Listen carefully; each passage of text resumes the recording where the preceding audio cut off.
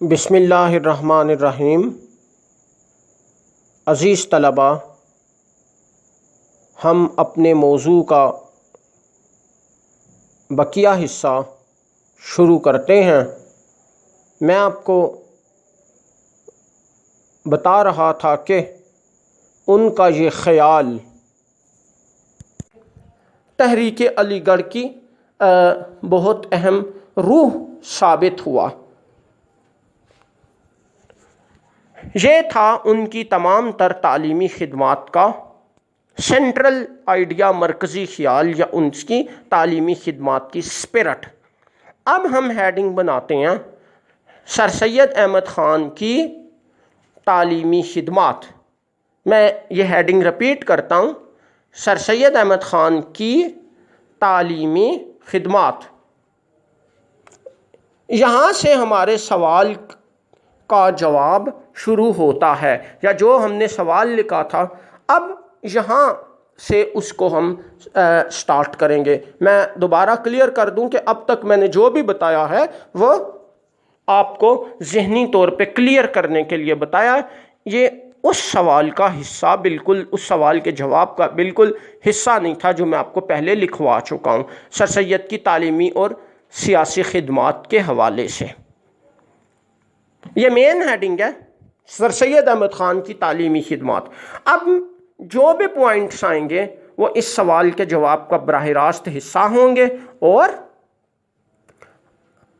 اس main heading کے اندر سب headings یا چھوٹی ہیڈنگز ہوں گی۔ پہلی ہیڈنگ بنائیں مدرسہ مراد آباد اور مدرسہ غازی پور 1859 عیسوی 1861 عیسوی۔ آپ اس کو دو الگ الگ ہیڈنگز میں بھی ڈیوائیڈ کر سکتے ہیں، مدرسہ مراد آباد 1859 اور مدرسہ غازی پور 1861 عیسوی۔ یہ دونوں ہیڈنگز الگ الگ بھی کر سکتے ہیں اور ان کو اکٹھا بھی کر سکتے ہیں۔ اگر اکٹھا کرنا ہو تو پھر اس صورت میں ہیڈنگ یوں بنے گی کہ مدرسہ مراد آباد و غازی پور۔ یہ اس طرح تھا کہ سن 1859 سن 1859 عیسوی میں ایک علاقہ ہے ہندوستان، موجودہ بھارت کے ملک میں ہے، اس کا نام ہے مراد آباد۔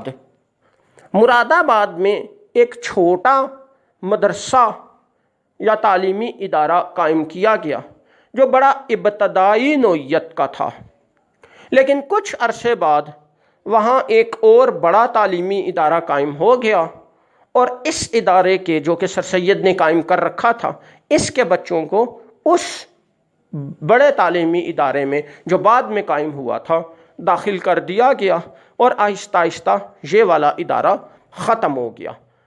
لیکن ابتدائی تجربے کی حیثیت سے سر سید احمد خان نے اس ادارے کے بنانے سے کافی ساری تجربات حاصل کیے اور کافی ساری رہنمائی حاصل کی۔ اس کے بعد 1861 میں ایک اور ادارہ بنایا گیا جو کہ ایک علاقہ تھا، اس کا نام تھا غازی پور۔ غازی پور میں بنایا گیا۔ یہ نسبتاً تھوڑا سا بڑے لیول کا ادارہ تھا، لیکن تھا یہ بھی ابتدائی تعلیم کے حوالے سے۔ کچھ عرصہ تک یہ ادارہ قائم رہا، لیکن آہستہ آہستہ وقت کے ساتھ یہ ادارہ بھی زیادہ لمبے عرصے تک نہ چل سکا۔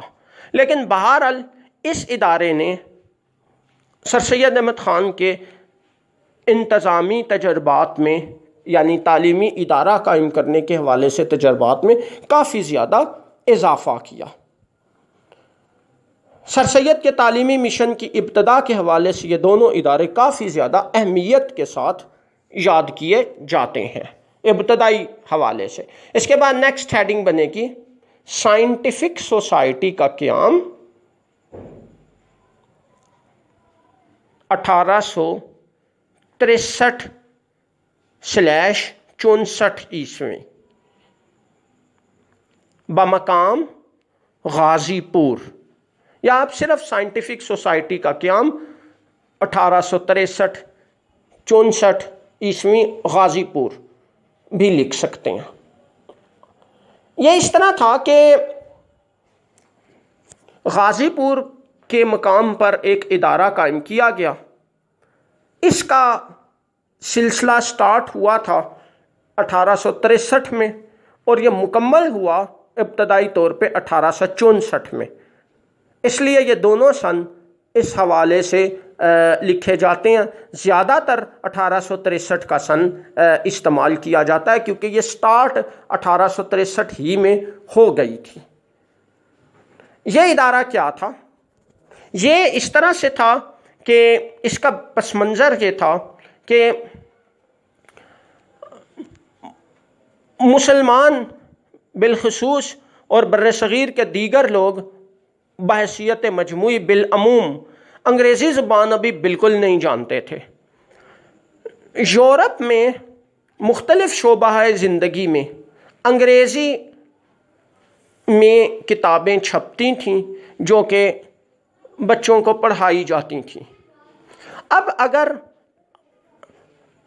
برصغیر کے اندر بچوں کو پہلے صرف انگریزی سکھائی جاتی اور پھر انگریزی کی کتابیں پڑھائی جاتی تو اس میں بہت دیر ہو جانی تھی۔ اب اس حوالے سے ایک آسان راستہ سوچا گیا، آسان راستہ جسے آپ عام زبان میں شارٹ کٹ کہتے ہیں، وہ شارٹ کٹ سوچا گیا۔ وہ شارٹ کٹ یہ تھا کہ مختلف شعبہ جات میں لکھی جانے والی کتابوں کو حاصل کیا جائے جو کہ اہم نوعیت کی کتابیں ہیں انگریزی زبان میں، ان کو حاصل کیا جائے اور ان کا اردو زبان میں ترجمہ شائع کیا جائے اور وہ ترجمہ بچوں کو پڑھایا جائے تاکہ بچے بآسانی اس ترجمے کو پڑھ لیں اور جلدی سے تعلیم حاصل کر کے، جدید تعلیم حاصل کر کے ملازمت کرنے کے قابل ہو سکیں۔ اس مقصد کے لیے یہ ایک ادارہ قائم کیا گیا اور اس کا نام سائنٹیفک سوسائٹی تھا۔ یعنی آسان ترین الفاظ میں آپ کو اس کو ایک طرح کا دارالترجمہ یا ٹرانسلیشن سینٹر بھی کہہ سکتے ہیں۔ یعنی یہ اس ادارے میں انگریزی زبان میں چھپنے والی کتابوں کا اردو میں ترجمہ کر کے شائع کیا جاتا تھا۔ یہ بہت زیادہ اہم نوعیت کا ادارہ تھا اور بہت زیادہ پسند کیا گیا۔ اس ادارے نے انگریزی کتابوں کا اردو میں ترجمہ کرنا شائع کیا۔ پھر اس کے علاوہ، کتابوں کے علاوہ، اس ادارے نے بعد میں کچھ ادبی اور صحافتی شعبوں میں بھی جو ہے اپنی چیزیں پبلش کی، مختلف چیزوں کی اشاعت کی، جن کا آگے چل کے ہم تفصیلی ذکر کریں گے مختلف ٹاپکس میں۔ اس طرح اس ادارے نے کافی زیادہ اہمیت حاصل کر لی۔ اس وقت تک کیونکہ ابھی اردو اور ہندی کا جھگڑا نہیں شروع ہوا تھا، اس وجہ سے ہندو لوگ بھی اس پروجیکٹ میں سر سید احمد خان کے ساتھ ابتدائی دور میں سرگرمی سے کام کرتے رہے اور اس ادارے کی ترجمہ شدہ کتابیں کافی مقبولیت رکھتی تھیں۔ انگریزوں نے بھی اس کو اپریشیٹ کیا اور کافی سارے لوگوں نے اس ادارے کو ڈیولپ کرنے میں اہم کردار ادا کیا، جن کا ذکر آگے مختلف ٹاپکس میں آتا رہے گا۔ یہ تھی سائنٹیفک سوسائٹی اور اس کا تعارف۔ نیکسٹ ہیڈنگ بنائیں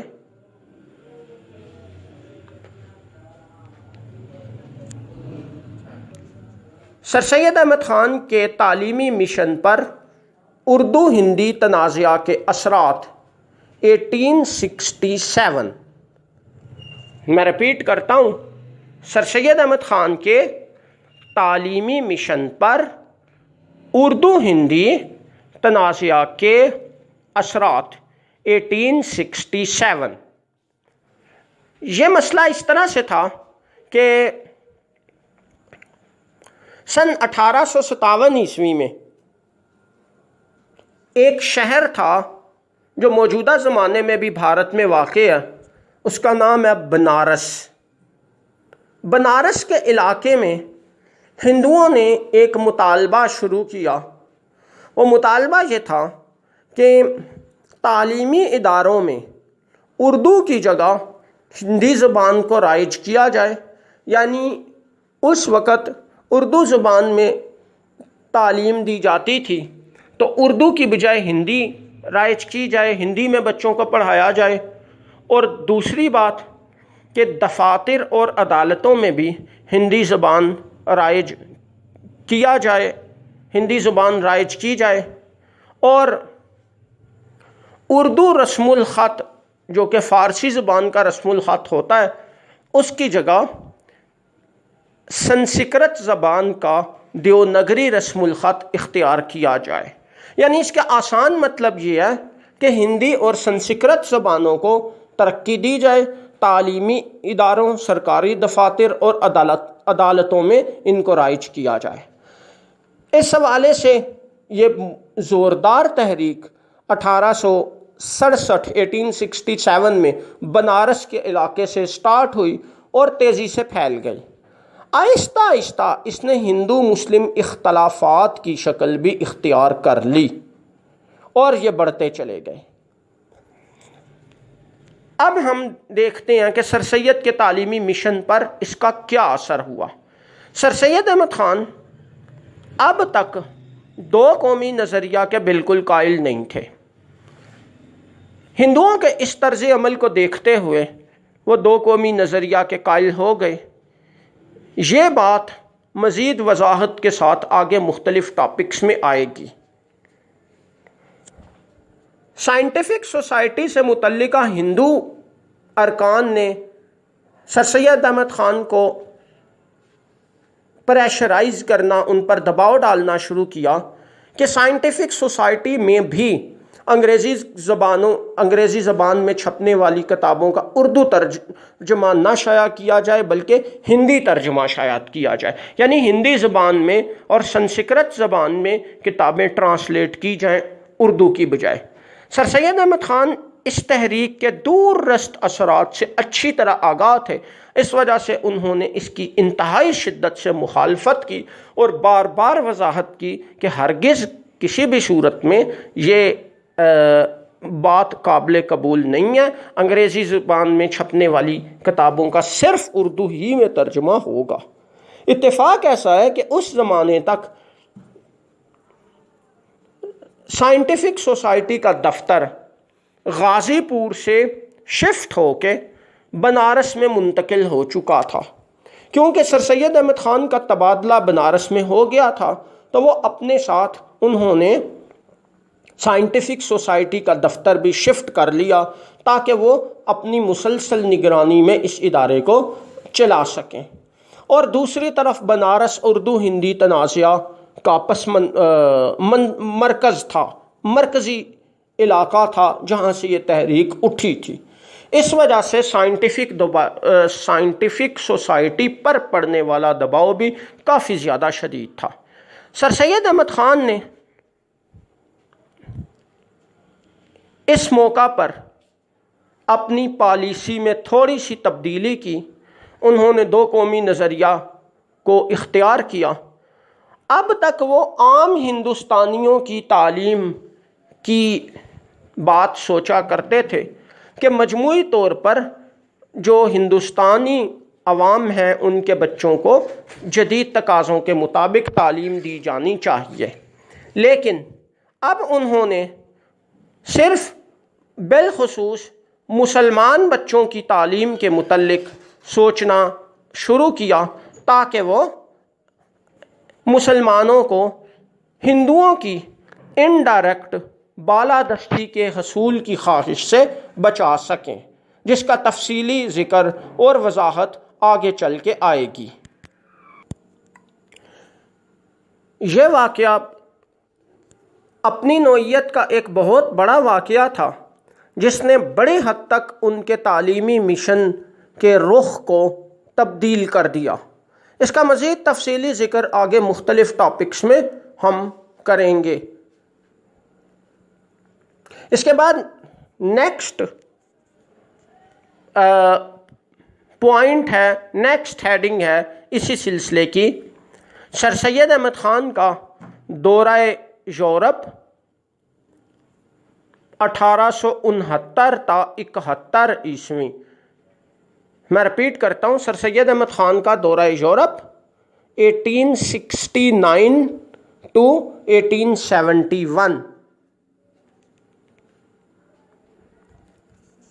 اس دوران سر سید احمد خان کے ایک بیٹے جن کا نام سید محمود تھا، ان کو برطانیہ میں اعلیٰ تعلیم کے حصول کے لیے وظیفہ مل گیا اور انہوں نے برطانیہ جانے کا فیصلہ کیا اپنی تعلیم کے سلسلے میں۔ سر سید احمد خان بھی اپنے بیٹے کے ساتھ